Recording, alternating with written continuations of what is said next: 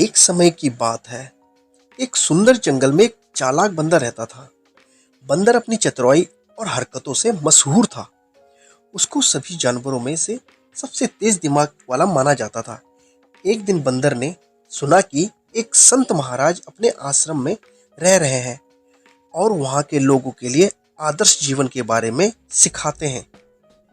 बंदर को यह सुनकर एक नया प्लान आया। उसने सोचा कि वो संत महाराज के कुछ नए तरीके और राज सीखकर अपने जीवन को और भी बेहतर बना सकता है। उसने अपने दोस्तों को अपने इस इरादे के बारे में बताया, लेकिन सभी ने उसकी इस सोच को बस हंसी में टाल दिया। फिर एक दिन बंदर ने अपने दोस्तों को इकट्ठा कर कर उनसे बोला, दोस्तों, मैं आज संत महाराज के पास जा रहा हूँ उनसे जीवन के बारे में सीखने के लिए।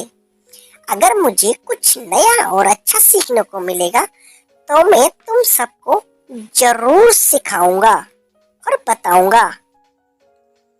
दोस्तों ने बंदर को शाबाशी दी और उसको कुछ उपहार भी दिए। बंदर अपने सफर के लिए जंगल से निकल पड़ा और संत महाराज के आश्रम तक पहुंच गया। वहां पहुंचकर बंदर ने संत महाराज से प्रार्थना की और अपने इच्छित ज्ञान के बारे में बताया। संत महाराज बंदर की इच्छा को देखकर मुस्कुराते हुए बोले, बेटा, ज्ञान प्राप्त करने के लिए आपने बहुत सही सोचा है, लेकिन ज्ञान पाने का रास्ता सिर्फ सुना या देखना नहीं होता है।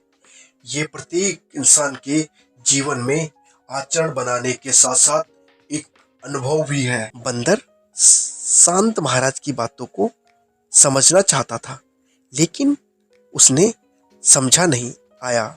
उसने पूछा, महाराज, मुझे आपकी इस बात का अर्थ समझ नहीं आया।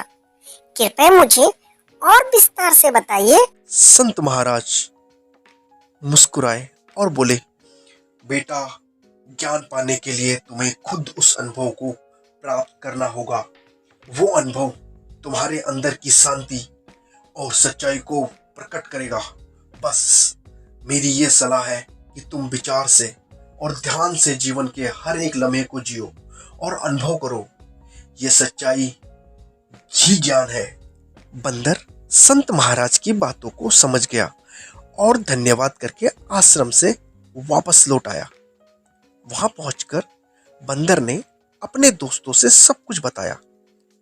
उसने समझा कि ज्ञान पाने के लिए खुद अनुभव प्रकट करना बहुत जरूरी होता है।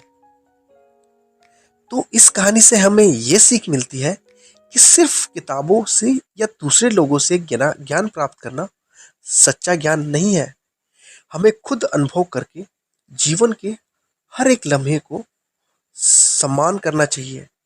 सच्चा ज्ञान अपने आप ही प्रकट होता है जब हम अपने जीवन में सच्चाई, प्रेम और शांति का अनुभव करते हैं।